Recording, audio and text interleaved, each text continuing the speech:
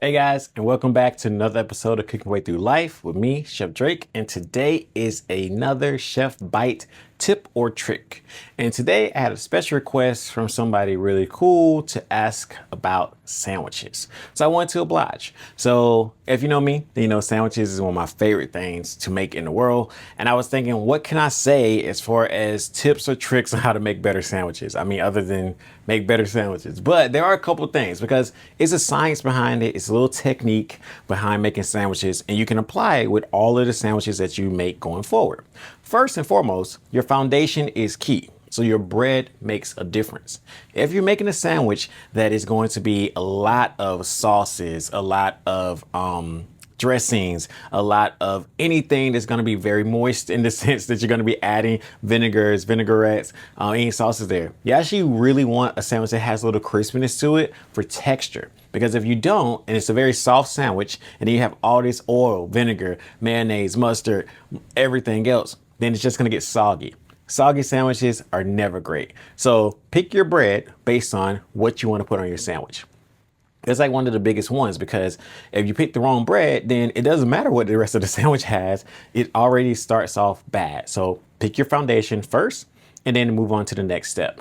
Another thing is talking about your spreads and your sauces. Spread it to the ends of your sandwiches. Stop putting a little bit of mayonnaise or a little bit of mustard or whatever you're using in the center of your sandwich and then having dry sandwich till you get to the center.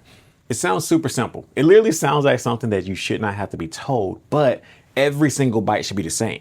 And how can every bite be the same if you're only putting a little bit of mayonnaise just in the center and it's not spread to the ends? So it's very important to spread it all the way to the ends.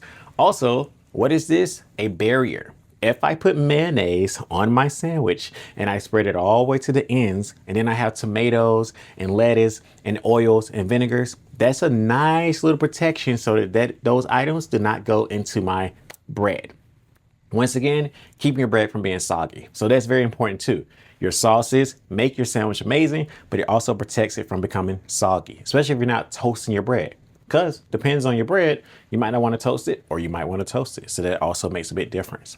Another thing is just seasoning your sandwich with spreads and different mayonnaises, aiolis, mustards is one thing with sauces, but season your sandwich. When you have tomatoes on your sandwich, for instance, a little salt and black pepper on your tomato makes a world of difference. It actually draws out the moisture. It gives you much more flavor. Season your sandwiches. One of my favorite sandwiches to make, just in general, is to make a turkey sandwich after Thanksgiving. That nice turkey, add it to a little bit of mayo, a little mustard, but then I also put on smoked paprika, garlic powder, onion powder, all those different flavors I want on my turkey on the sandwich, because then it increases and enhances the flavor of the sandwich. Season your sandwiches.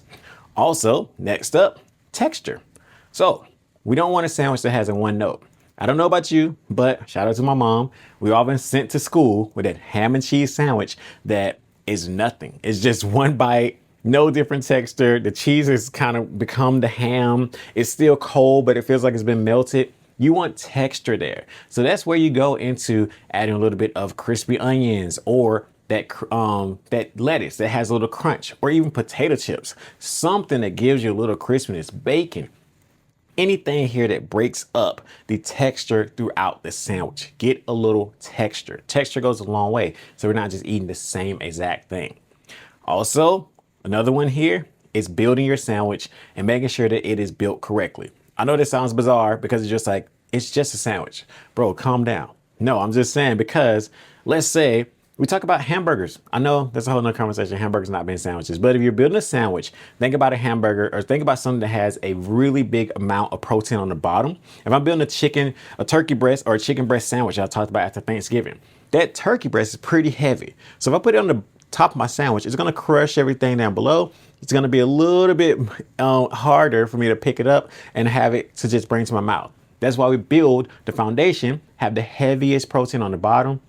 We add a layer of lettuce and tomato. That layer of lettuce is also a protector to keep the sandwich from becoming soggy. Adding all these different oils and vinegars to make it amazing, but we want to make sure that we layer it throughout and making sure that it tastes good. So those are just a couple tips for you to have to build your perfect sandwich.